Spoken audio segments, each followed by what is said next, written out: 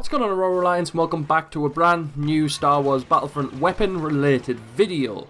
Now in today's video I'm going to be talking about what at the moment is probably the best blaster in Star Wars Battlefront. If you watched yesterday's video though, that does kind of go against today's video, but that was obviously in Rage. This video is a lot more sort of based on statistics of weapons rather than just, you know, an experience over a game or two. So recently in games of Star Wars Battlefront, a lot more players have been using the DH-17. Now while using the DH-17, people have been able to kill me in a lot of situations where I thought I actually had the advantage, but it turns out I just get absolutely destroyed by the weapon.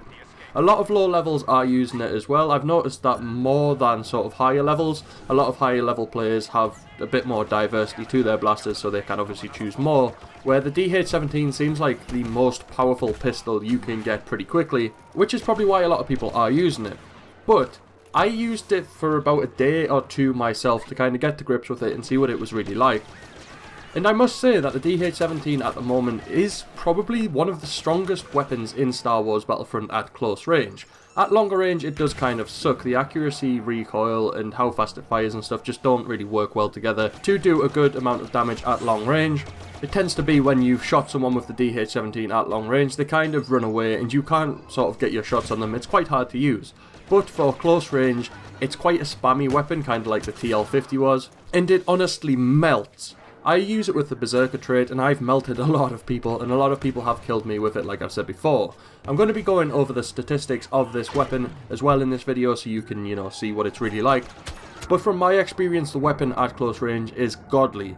It's similar to the SE-14C, but I found that the SE-14C isn't as powerful at close range as the DH-17 is. But before I go into that, make sure to let me know down in the comment section below what you think about the DH-17 and which weapon you actually do use, or do you go ahead and use the DH-17. But now, we're going to get into the statistics of the DH-17, which, like I've said before, is probably the most powerful close range weapon in Star Wars Battlefront at the moment. So I am comparing the DH-17 to the SE-14C because I think them guns are the sort of closest together. And believe me, the DH-17 has a lot more advantages than the SE-14C does. For instance, the DH-17 does 25% more damage at close range than the SE-14C. The DH-17 does 25, where the SE-14C does 20. The DH-17 also fires rounds 309% faster. The DH-17 actually fires 450 rounds per minute, where the SE-14C only fires 110 rounds per minute. The DH-17's bullets fly 25% further, with the maximum distance being 1,500 meters, where the SE-14C's is only 1,200 meters. The DH-17's bullets also fly 25% faster at 500 meters per second compared to the SE-14C's 400 meters per second. The DH-17 all-round has less kick to the left, right and upwards kick compared to the SE-14C.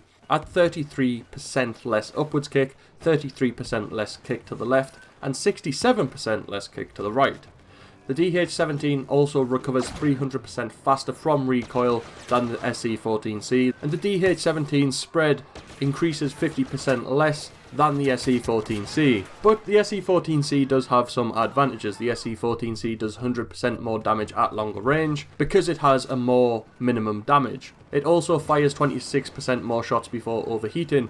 The SE-14C fires 29, where the DH-17 fires 23. And the SE-14C also heats 22% slower at 0.035 compared to the DH-17 at 0.045.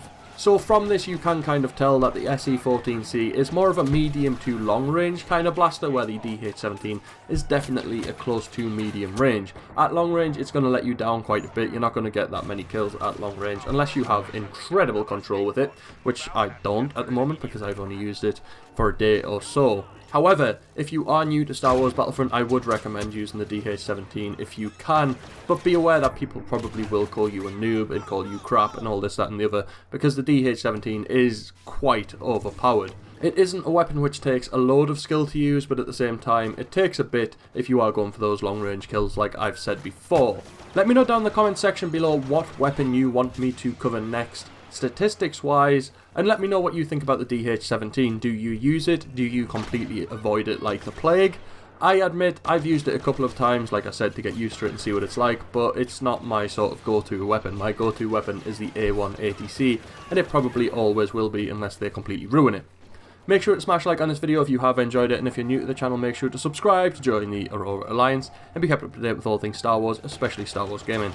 Other than that, may the Force be with you.